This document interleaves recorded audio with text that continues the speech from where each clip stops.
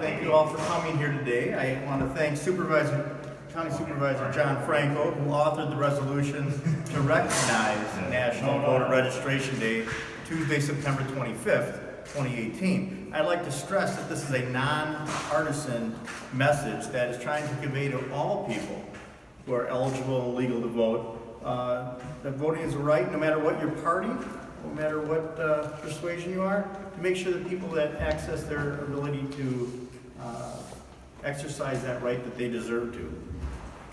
The other significant thing that people may not know is that the number of registered voters that has declined 20% from 99,117 in April 2017 to 78,774 in April of this year.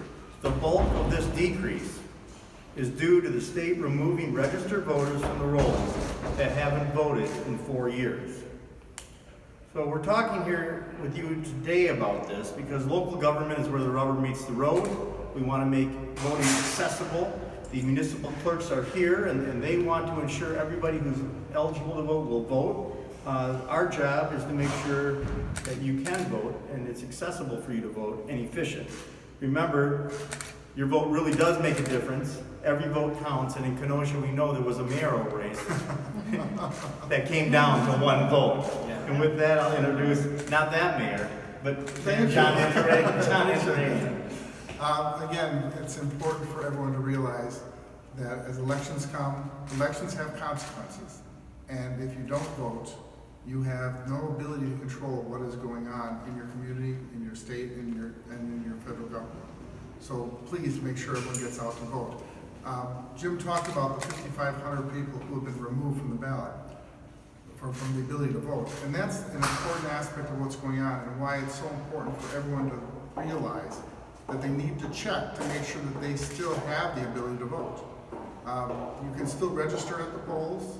However, we have registration, early registration. There have been ambassadors that have been created through different organizations to help people so they can vote, to make sure that they're registered and to get out the vote.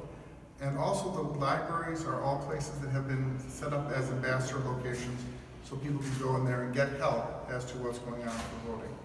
So again, the important aspect of this is make sure you get out to vote.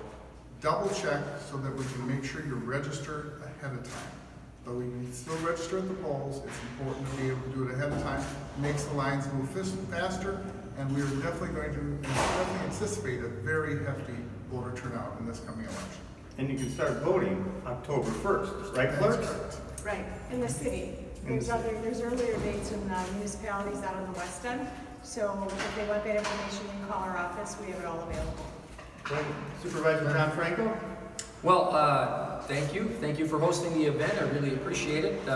I was initially, a constituent came to me and asked me if I would sponsor a resolution recognizing National Voter Registration Day, and I said, oh, sounds like a great idea. I did some research, looked into it, and didn't realize the impact that voter purging has had on the voter rolls in not only in Wisconsin, but across the country.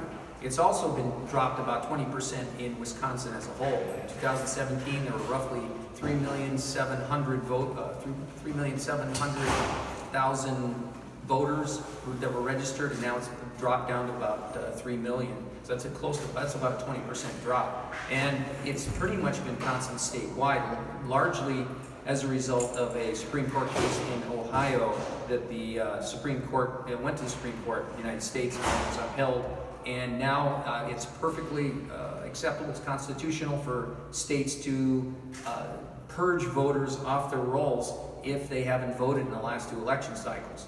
Frankly, my personal opinion on that is it's tragic and it's unfortunate, and there are going to be a lot of people who go to the polls this November thinking that they're registered and they very well might not be. So it's extremely important to reiterate what has already been stated, that registration needs to take place and that you need to check your registration. You can do this online.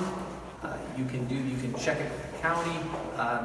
Make sure you do, because if you go on November 6th and if you've moved and your address doesn't jive, you may end up having to go home, and it may discourage a lot of voters, and that would be really, really unfortunate. So I think it's extremely important that that voters check their registration status.